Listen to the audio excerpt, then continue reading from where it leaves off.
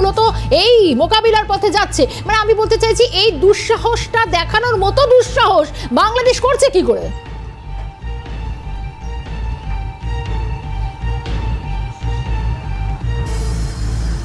দেখুন দুঃসাহস কি হয়, আমি তো একটা জিনিস খেয়াল রাখবেন, যখন কোনো দেশের কাছ থেকে কোনো রকম সাহায্য তারা পাচ্ছে না, পৃথিবীর কোনো দেশ বাংলাদেশকে সাহায্য করবার জন্য এগিয়ে আসছে না, তখন দেখছে যে আমাদের যে কাছে আমরা ছিলাম, যে এর আগে চড় থাপড় মেরেছে, মানে যাদের কাছ থেকে ওরা শিক্ষা পেয়েছে 1971 সালে আমাদেরকে ডাকতে হয়েছে, আমরা এই বাংলাদেশকে বাঁচানোর জন্য আমরা ঝাঁপিয়ে পড়েছিলাম, আমাদের বহু সৈনিক এই যুদ্ধে প্রাণ দিয়েছে, কিন্তু কথাটা হচ্ছে তারা সেটা ভুলে গেছে।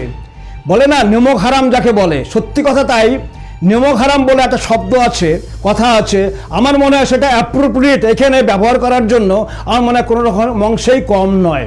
কারণ বাংলাদেশ তারা ভুলে গেছে সমস্ত কিছু। আজকে পাকিস্তানের কাছ থেকে তারা যে শিক্ষা নেবে, সেই শিক্ষা তাদের কি কাজে লাগবে সেটা তারা বুঝে পাচ্ছে না। কারণ হচ্ছে যে এর আগে যদি এতটাই সখ্য তাদের সাথে ছিল, তাহলে সেই পাকিস্তান থেকে বেরিয়ে আসার জন্য তারা এতটা মরিয়া হয়ে গেছিল কি জন্য?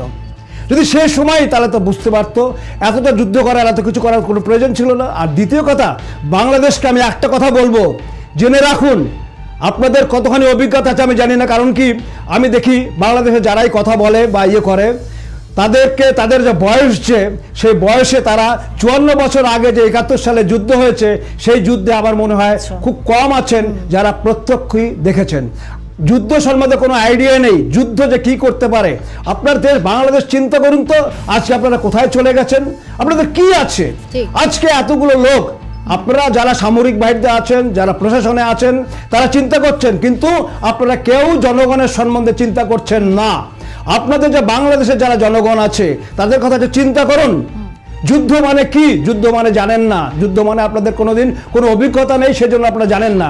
একবার যুদ্ধ করুন, ব্যাখ্যা দিচ্ছেন। আমি তাহলে এখান থেকে একটু জানতে চাইছি, মানে যাদের ভরসায় বাংলাদেশ একদম ঝাঁপিয়ে পড়ছে, সেখান থেকে দাঁড়িয়ে এই চীন আর পাকিস্তানের সাহায্য নিয়ে, মানে তারা বাহুবলী হয়ে যাচ্ছে, একটা হাত চীন তো একটা হাত পাকিস্তান।